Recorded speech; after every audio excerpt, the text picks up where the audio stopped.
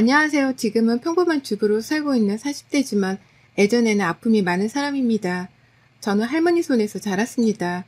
같은 날에 부모님을 사고로 잃었거든요. 솔직히 잘 기억이 나지 않는 게 여행을 가던 길이었는데 저만 살았죠. 엄마께서는 현장에서 직사를 하셨고 아빠께서는 그래도 의식이 살짝 있으셨다고 해요. 저도 다친 상태이고 어렸을 때라 기억이 선명하진 않았습니다. 그러나 제가 회복했을 때는 이미 아빠께서는 떠나고 없으셨죠. 그러니까 부모님을 모두 잃었어요. 저는 임시로 이모네 집에 가서 생활을 하게 되었습니다.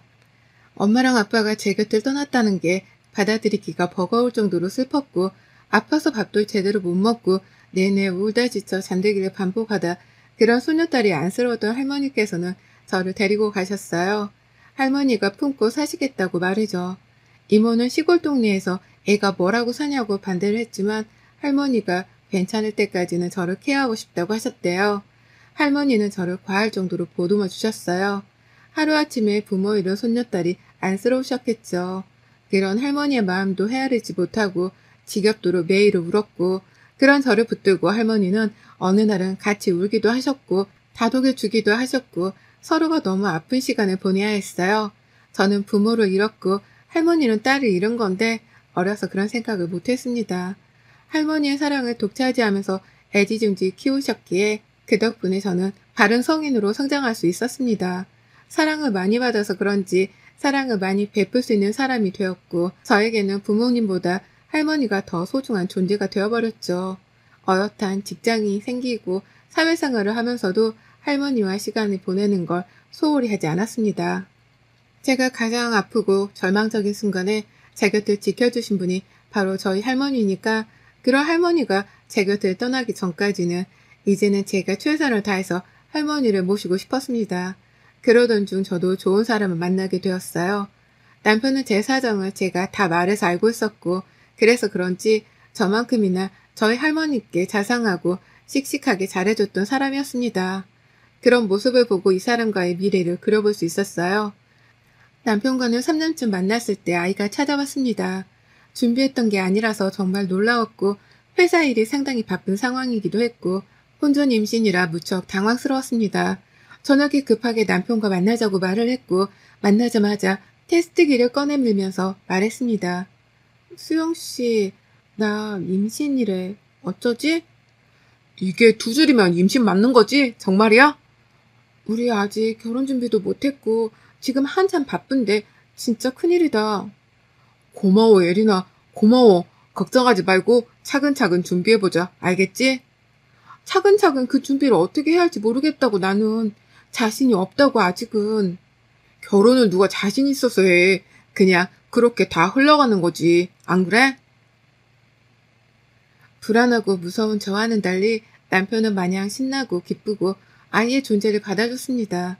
그게 한편으로는 다행이다 싶으면서도 계획적인 걸 선호하는 편이라서 조금 두렵기는 했어요. 임신 사실을 알고 저희 할머니께 먼저 남편과 찾아가 이 사실을 말씀드렸습니다. 할머니가 많이 놀라실 줄 알았지만 오히려 너무 좋아하셨어요. 그리고 하루빨리 나를 잡으라면서 제가 결혼하는 걸 보고 갈 수 있어 기쁘다고 하셨습니다. 그 말이 괜히 찡하더라고요. 할머니께는 말씀을 잘 드렸고 이제 시댁에 갔습니다. 남편이 워낙 시부모가 모두 친절하고 좋다고 해서 기대하고 갔어요. 그러나 오랜만에 제가 고아라는 사실을 깨닫게 되었습니다. 안녕하세요, 아버님, 어머님. 저 임애린입니다. 얘기 끝나면 불러. 방에 있을게. 들어가 있어요. 임혜린, 본론은 말할게. 임신을 했다고 해서 결혼을 할 수 있다고 생각했다면 그건 네 착각이야. 요즘 세상이 어떤 세상인데 겨우 임신했다고 결혼을 시키니? 더군다나 또 부모도 없는 코아라며. 난 절대 싫은데 이러 어쩌니? 네? 물론 제가 고아인 건 사실이지만 할머니 밑에서 교육도 잘 받고 자랐고. 예, 내 말 안 끝났어. 오늘 네 말을 들을 생각 없으니까 넌 그냥 내가 하는 말이나 듣다가 가면 되는 거야. 알아들어? 우리 집이 엄청 대단한 집안까지는 아니더라도 코아 며느리를 받을 집안은 아니거든. 수준 떨어지게 이건 아니거든. 정말로. 심지어 봐라. 엄마 없는 티가 딱 나잖니. 다 큰 처녀가 얼마나 자기 몸간수 하나 똑바로 못했으면 혼자 임신을 하니 창피한지도 모르고 애미가 있었어 봐. 교육을 했어 봐. 달라졌지 상황이. 엄마 말씀을 그렇게 하세요? 지금 너무 심하잖아요. 왜 그러는데? 시끄러. 어디서 여자라고 데려온 게 겨우처럼 코와 나부랭이나 데려와서 엄마 아빠 속을 뒤집어? 그래놓고 네가 할 말이 있어? 오늘 보는 게 처음이자 마지막이길 바래. 두 번 다시 볼 일 없을 테니까 얘는 키우든가 말든가 알아서 하고 우리 집안에 들어올 꿈도 꾸지 말고 나가. 어머님, 제가 부족하죠. 누가 봐도 부족하게 보일 수 있지만 저라는 사람 자체를 봐주세요. 사람 자체만 봤을 때는 결코 부족하지 않아요. 어머님, 제가 잘할 수 있고 잘할게요. 야, 나가라고 좋게 말할 때 끌려나가고 싶니? 네가 데리고 나가. 끌려가는 꼴 보기 싫으면 짜증나게. 이래서 가정교육이 중요한 거야. 저는 그렇게 시댁에서 쫓겨났고 나오자마자 길바닥에 주저앉아서 한참을 울었습니다. 너무 서럽더라고요. 제가 고아인 게 제 잘못도 아니고 심지어 부모님이 사고로 가신 건데 저렇게 말하실 수 있을까 싶었습니다. 남편이 제게 수없이 미안하다며 같이 바닥에 주저앉아 울고 또 울었지만 들리지도 않았어요. 가장 큰 아픔을 묻고 살았는데 너무 기습적으로 공격을 당한 기분이라 쉽게 진정되지 않았습니다. 본인이 알아서 하겠다며 믿어달라고 아기를 생각해서 우선 진정하라고 했지만 그 말도 미웠어요. 보통은 이런 경우 시댁을 찾아가서 빌고 또 빌겠지만 오히려 저는 피했습니다. 제 상처를 다시 꺼내기 싫어서 그걸 직면하면 제가 무너지니까 피해버렸죠. 그러는 동안 남편도 만나지 않았어요. 남편을 보면 똑같이 생긴 시모 얼굴이 떠올랐고 그럼 그날이 자꾸 떠올라 감정이 좋지 않았어요. 결국 남편은 시부모에게 난리를 쳤고 2달쯤 지나서야 허락을 해줬습니다. 결혼을 하라고 먼저 시부모에게 연락이 왔지만 달갑진 않았어요. 남편도 좋고 당연히 결혼해야 한다는 건 알았지만 뭔가 꺼림칙했습니다.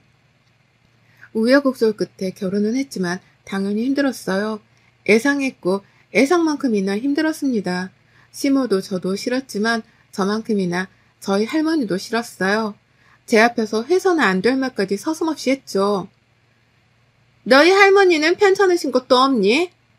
네, 없으세요. 건강하세요. 늙으면 적당히 살다 갈 줄도 알아야지. 그렇게 손녀딸 예쁘다고 하시면서 눈치도 없지. 안 그러니? 결국 늙으면 다 짐인 거야. 너도 봐라. 너 키워줄 때 할머니밖에 없던 거지. 네 가정 꾸리고 사니까 할머니 짐이잖아. 절대 그렇게 생각 안 해요, 어머님. 할머니에 대해 그렇게 말씀하지 마세요. 뭘 아니야. 너는 아니라고 할지 몰라도 우리 수영이한테는 너도 짐이고 너희 할머니도 짐이지. 넌 솔직히 애 낳고 팔자 편해졌지. 집에서 놀고 먹으니까. 솔직히 말해봐. 임신 계획적으로 한 거지? 어머님, 대체 언제까지 이러실 거예요?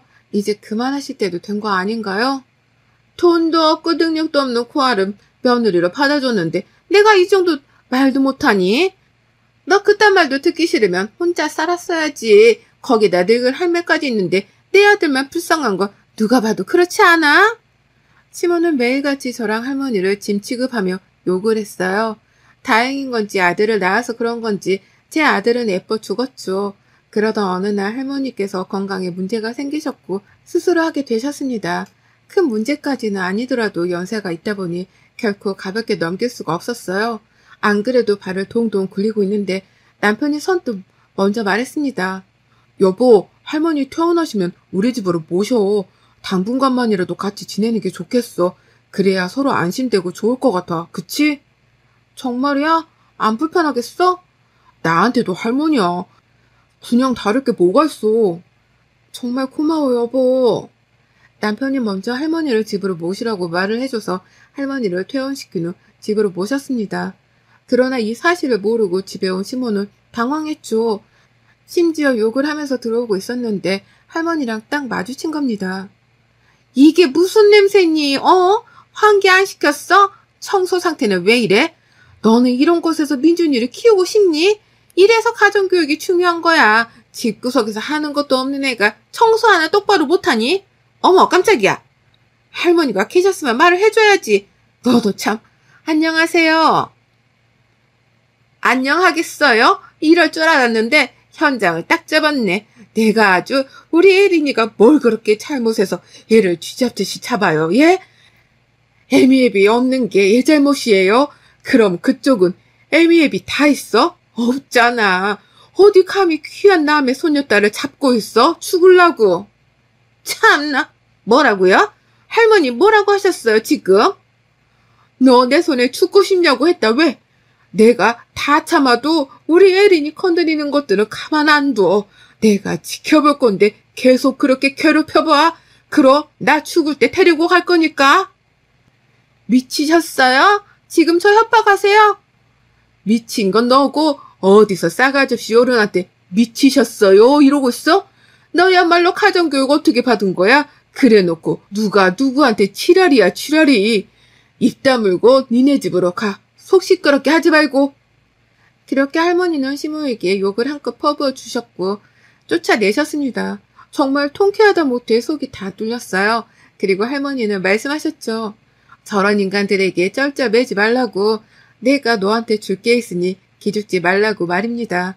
줄 게 뭐냐고 물었더니 죽을 때 주려고 했는데 아무래도 안 되겠다며 조금만 기다리라고 하셨죠. 뭔지는 몰라도 기대하면서 지냈어요.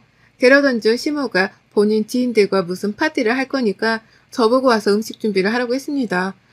무려 15인분을 준비해야 했는데 제가 그걸 왜 해야 할까 싶었고 저도 머리를 썼어요. 15인분치 고급 양식을 배달시켜 드렸습니다. 그걸 받은 시모는 날뛰며 전화가 왔죠. 야, 너 지금 뭐 하는 거야? 직접 차리라니까 감히 배달을 시켜? 어머님, 그거 하나에 얼만 줄은 아세요? 엄청 비싼 거니까 생색내세요? 너 지금 나랑 장난치니? 어머니, 민준이가 있는데 제가 거기 가서 언제 15인분을 만들어요. 조금만 생각해봐도 불가능하다는 거 아시잖아요. 넌 내일 보자. 내가 집으로 갈 테니까 기다리고 있어. 시모는 아주 화가 잔뜩 나서 날뛰었지만 통쾌했어요. 이런 식으로 저도 시모를 골탕 먹이기 시작했습니다.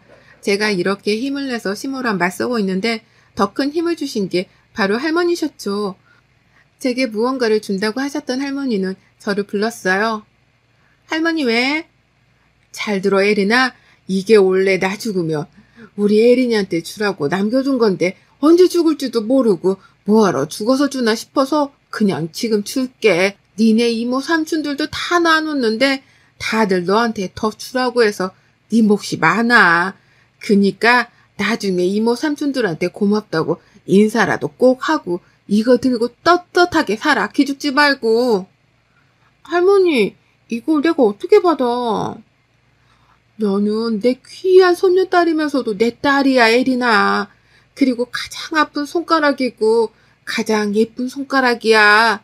할머니한테 너무 큰 기쁨을 준 손녀딸이라서 내가 오히려 고맙지. 그렇게 할머니께 받은 건 상가 건물이었고 30억대였죠. 여기서 나오는 월세만 해도 상당했기에 접는 눈물이 났어요. 이걸 양보해준 이모와 삼촌들에게도 감사했고 끝까지 붙들고 계셨을 할머니께도 감사했습니다. 무엇보다 할머니의 말씀처럼 믿는 구석이 있으니 당당하게 시모에게 맞서야지 싶었어요. 남편에게도 말하지 않고 우선 월세는 받아서 계속 모으고 있었습니다. 갑자기 큰돈이 생기면 사람이 어떻게 달라질지 몰라서 말하지 않았어요. 할머니는 저희 집에서 지내시다가 많이 호전되시고는 시골집으로 가시고 싶다고 하셔서 모셔다 드렸고 다시금 일상을 살게 되었죠. 곧 명절이 다가오고 있어서 스트레스였지만 괜찮았어요. 믿는 구석이 있으니 당당해지자 라며 속으로 또 다짐을 했습니다. 오지 말기를 바랬던 명절은 성큼 다가왔고 시댁에 갔어요. 가서 기계처럼 일을 하고 있는데 시모는 또 저를 향해 비난을 퍼부었죠. 오늘은 뭐하러 음식을 직접 하니? 저번처럼 그냥 시켜버리지, 어? 뭐 그럴까요 그럼? 뭐야? 너 대체 왜 이래? 왜 이렇게 싸가지가 없어진 건데? 뭐가요? 저 원래 이래요. 착하게 해도 싸가지 없고 싸가지 없이 해도 싸가지 없는 거면 그냥 후자를 택하려고요. 그렇게 시모랑 한바탕 말다툼을 하는데 갑자기 누가 시모에게 부침가루를 던졌고 순식간에 하얘졌습니다. 입이 떡 벌어져서 가만히 서서 보고 있었는데 부침가루를 던진 건 다름 아닌 형님이었어요. 시모가 끔찍하게 아끼는 형님이요. 형님은 집안 자체가 탄탄한 있는 집 자식이라 시모가 함부로 대하지도 못했고 늘 우리 며느리애끼야 라면서 물고 빨고 그랬습니다. 그래서 명절에도 굳이 오지 않았었는데 대체 이게 무슨 일인가 싶었어요. 며느리애긴 너 지금 이게 뭐 하는 거니? 뭐 하긴요. 어머니께 부침가루 던진 거죠. 그러니까 대체 왜 그런 거냐고. 아, 이유가 조금 많은데 차근차근 말씀드릴게요. 우선 어머님 잘난 장남이 주제도 모르고 바람 폈더라고요. 그래서 그놈도 반 죽여버리려고 어머님이 늘 중시하시던 가정교육시킨 그놈 부모도 가만 안 둘 거예요. 그리고 동서가 안쓰러워서 순간 저도 모르게 던졌네요. 뭐라고? 파란이라니? 아, 그건 차차 말하는 걸로 하고 어머님은 뭐가 그렇게 잘나서 동서 무시하세요? 약자한테 강하고 강자한테 약한 비겁한 인간이세요? 저한테는 늘 쩔쩔매고 눈치나 살살 보면서 동서한테는 대체 왜 그러실까? 그러다 며느리 둘이서 힘 합쳐서 이 집안 아장내면 어쩌시려고 그래요? 너 지금 뭔가 대단히 착각하고 흥분한 것 같으니까 우선 진정하고 얘기를 따로 하자. 얘 앞에서 할 얘기는 아닌 것 같다. 얘라고 부르세요, 동서한테?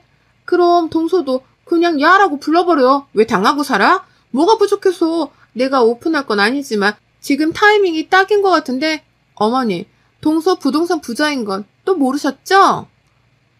뭐? 얘가? 아마 이 집 재산보다 동서 재산이 많을 텐데 이를 어찌해요? 어머님이 좋아하는 아들 둘 다 집으로 돌아오겠네요, 조만간. 얼른 돌려보낼 테니까 아들 방 깨끗하게 치우고 계세요. 나가자, 동서. 그렇게 저는 형님과 나왔어요. 영문은 모르겠었지만 우선 나와서 얘기를 들었고 남편의 실체를 알았습니다. 형님은 제게 말도 하지 않고 다 수를 써놨더라고요. 제가 혹시 당할까봐 말이죠. 할머니께서 제 명의로 부동산을 곧 돌려주기로 한 상황이었는데 우선 이혼하고 돌리라고 알려주셔서 그렇게 하기로 했습니다. 그리고 제가 왜 이혼을 해야 하는지를 물었는데 실체를 알고 말이 나오지도 않았어요. 그렇게 자상하던 남편에게는 10대 때부터 만나던 첫사랑이 있다고 합니다. 시부모가 너무 반대를 해서 어쩔 수 없이 헤어졌고 저랑 결혼하면서 정말 깨끗하게 정리한 줄 알았다고 해요. 그런데 뭔가 찜찜해서 알아보니 그 여자랑 애를 둘이나 낳고 두 집 살림을 하고 있었고 이걸 형님이 발견해서 증거까지 손수 구해주셨습니다. 충격이 컸지만 형님이 너무 침착하게 어떻게 해야 하는지를 알려주셔서 차분하게 대처를 했어요. 저는 형님이 도와주셔서 함께 이혼소송뿐 아니라 상간소송도 진행을 하게 되었고 남편은 갑자기 무슨 일이냐고 발뺌을 했습니다. 그래서 증거들을 얼굴에 던져줬어요. 무슨 일인지 당신이 정말 몰라서 물어? 나 하나만 물어보자. 나랑 결혼은 대체 왜 한 거야? 심지어 내가 무섭다고 자신 없다고 했는데 당신이 믿으라고 했잖아? 당신이 하자고 했잖아. 미안해, 민준 엄마. 사실대로 말하면 내가 결국 이렇게까지 망가졌다는 걸 부모에게 보여주고 싶었어. 그럼 그 사람이랑 나랑 받아줄 거라고 생각했어. 그런데 당신을 정말 사랑하게 되었고 우리 민준이도 진심으로 사랑해. 내 자식이잖아. 말은 똑바로 해. 그 여자는 딸만 둘 낳아서 니네 아빠가 아무것도 물려줄 게 없는 거고 우리 민준이는 아들이라 물려줄 게 있으니 사랑하는 거 아니고 넌 내가 바보 같냐? 고아로 살다 보면 상처가 많아서 약할 거라고 생각하거든, 사람들은. 근데 반대야. 오히려 상처가 너무 많다 보니 엄청 독하거든. 이런 거에는 충격을 받지도 않을 정도로. 민준 엄마, 이혼은 안 돼. 우선 진정하고 우리 얘기를 잘 해보자, 어? 시끄러워. 날 얼마나 멍청하게 봤으면 이런 짓을 하지? 멍청하게 보인 내 잘못이지 누굴 탓하겠냐, 그치? 그 후 저는 아이와 함께 이사를 했고 그 이사한 집에 할머니도 모시고 왔어요. 그러면서 이혼을 하게 되었습니다. 형님 도움이 정말 컸기 때문에 형님에게 큰 선물을 드렸고 그 이후에도 종종 만났습니다. 제가 이혼했다는 걸 알고 할머니는 처음엔 충격이 크셨지만 결국 제 행복이 우선이라며 괜찮다고 해주셨어요. 할머니가 상가명의도 넘겨주셔서 월세를 받으며 여유있게 살게 되었습니다. 그 덕분에 늘 꾸미던 작은 꽃집 하나를 열어서 운영을 하고 있어요. 안정을 찾고 행복하게 살고 있었는데 모르는 번호로 전화 한 통이 왔었습니다. 받아보니 잊을 수도 없는 그 목소리는 바로 시모였죠. 예린아, 제발 끊지 말고 들어줄래? 대체 왜요? 내 잘못이 큰 거 다 알아.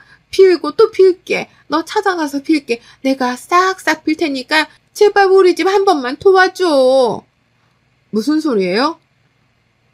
투자를 잘못해서 그냥 다 망했어. 혜린아, 도와줄 사람은 너뿐이야. 너 돈 있잖아. 제발 한 번만 도와주면 절대 잊지 않을게. 갚을게. 살 수가 없어. 숨통이 조여서 죽을 것만 같아. 밥도 안 넘어가고 숨이 안 쉬어지고 가슴 통증도 찌릿하고 막 그러세요? 그래, 그거야. 그게 당신이 나 괴롭혔을 때 내 증상이야. 결국 뿌린 대로 거둔 거네. 꼴 좋네요. 여기서 더 망하게 기도할게요. 제가 무교인데 누구든 신이든 뭐든 다 빌어볼게요. 당신 피눈물 쏟다 지치라고 빌어드릴 테니까 꼭 더 망하세요. 그럼 이만. 자세한 거는 몰라도 알아보니 완전 망했다는 그 말은 사실이었습니다. 저를 그렇게 구박하고 못살게 굴더니 본인들이 막상 그런 일을 겪으니 죽을 것 같다며 저에게 연락한 시모를 보고 놀라웠어요. 사람이 아무리 염치가 없어도 그렇지 어떻게 저한테 연락할 생각을 했을까요? 전 앞으로도 보란듯이 저희 아들과 더 잘 살아갈 거예요. 제 긴 사연 들어주셔서 감사합니다. 여러분도 꼭 행복하시고 무더운 여름 더위도 조심하세요. 여러분의 생각은 댓글로 남겨주세요. 오늘도 시청해 주셔서 정말 감사합니다.